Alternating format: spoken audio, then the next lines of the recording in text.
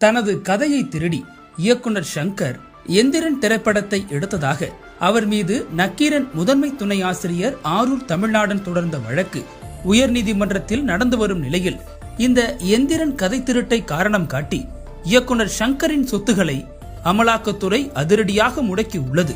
நக்கீரன் முதன்மை துணை ஆசிரியர் ஆரூர் தமிழ்நாடன் கவிஞர், கதை ஆசிரியர், பாடலாசிரியர், எழுத்தாளர், மேடை பேச்சாளர் என பன்முகங்களை கொண்டவர்.